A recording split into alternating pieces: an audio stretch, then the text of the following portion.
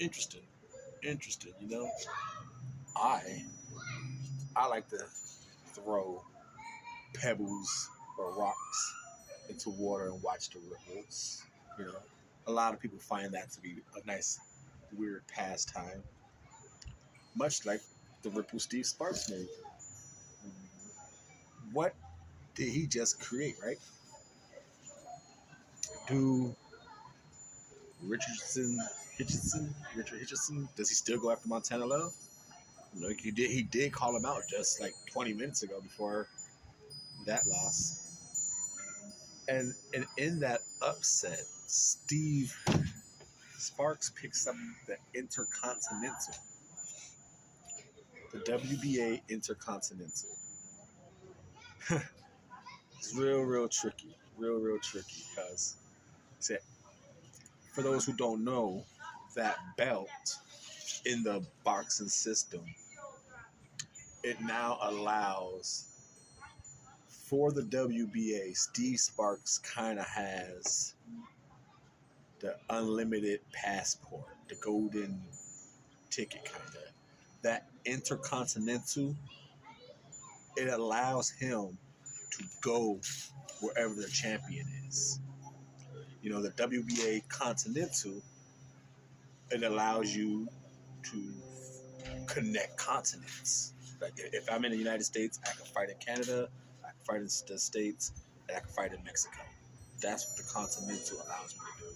The Intercontinental allows you to travel overseas, you know, and Steve Sparks getting that. He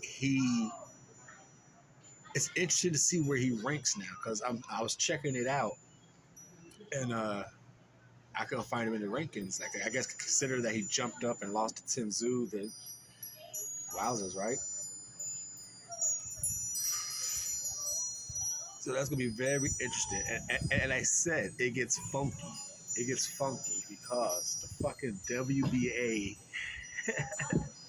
they're at it again. They're fucking at it again. The number one guy is Ismaila Busso or whatever, some 39-year-old Venezuelan guy. You know what I mean? Like 24-3, 24, 23-2. 39 years old Venezuela. Remember Gabriel Mestria or whatever and Fox? That was a Venezuela WBA. And remember the WBA headquarters is Venezuela. You remember? You know, so they're at it again. They're homies. Probably grew up together. I won't be surprised. And the C, I think after that is like number 2 is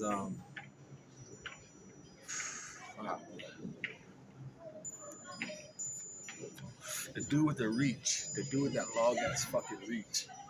Bow, bow. Foster? No, O'Hare, dude with the long ass reach. I think he's like number 2. Like I said, Montana, where does he go? But Steve Sparks, like I said, he just jumped on the scene. And that, as far as the whole fight, if he would have been a little aggressive, I think that would have happened, not over the rope happened, but pressing the pressure on him. Every time it seemed like there was a stretch where there was a counter for Montana. It was a nice shot, but every time there was a stretch where there was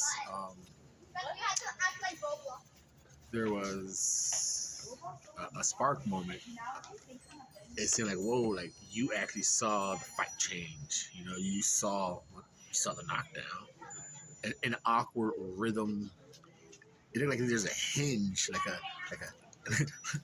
good click, click, click, click, click, like a hinge in his delivery, his step.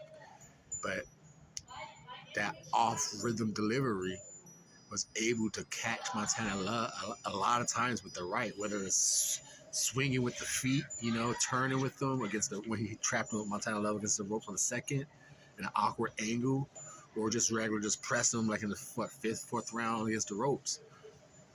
Very interesting. That with that size, it's going to be interesting. It's going to be interesting. It's going to be interesting. It's going to be very interesting. To see can Steve Sparks, will he make some money just fighting in this Australia? I won't give Montana Love a fucking rematch. Excuse my language. You know, I believe it was worth the DQ. I believe it was intentional. This guy's been boxing long enough. I know they said something about he was in jail and blah, blah, so I don't know his amateur background, but he's obviously been boxing long enough that to know that move, someone's forearm against the neck, you had to have done that in sparring plenty of times and know that's going to toss someone over the rope. So if you're an experienced boxer and you know against the ropes like that, you know how to flip someone the fuck over. You know what I mean? So I don't to say anything else. Nah.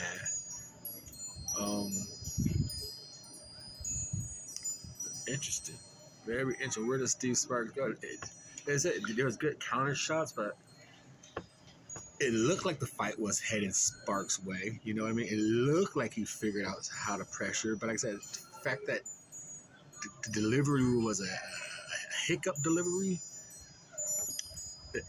Montana Love still had the counter shots. But that was an interesting fight. But still, I would, just for being a dumbass, you're either not going to get a rematch or you're paying me double .2. Yes, sir, you're overpaying me ridiculous shit. Or does Richard Hitchison gets that fight? Interesting, because the Zone Matchroom USA, they need something. That 140 lightweight USA, you know, the Zone USA period, you know, they need something. Especially with all they got is the Golden Boy, and at 140, who do they got? Is Garcia Ryan? Is King Ryan 140? Who knows where he's at, right?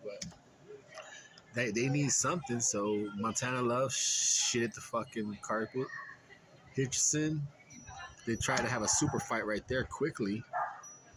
Very interesting. The Double RT Boxing Show. Steve Sparks, causing ripples.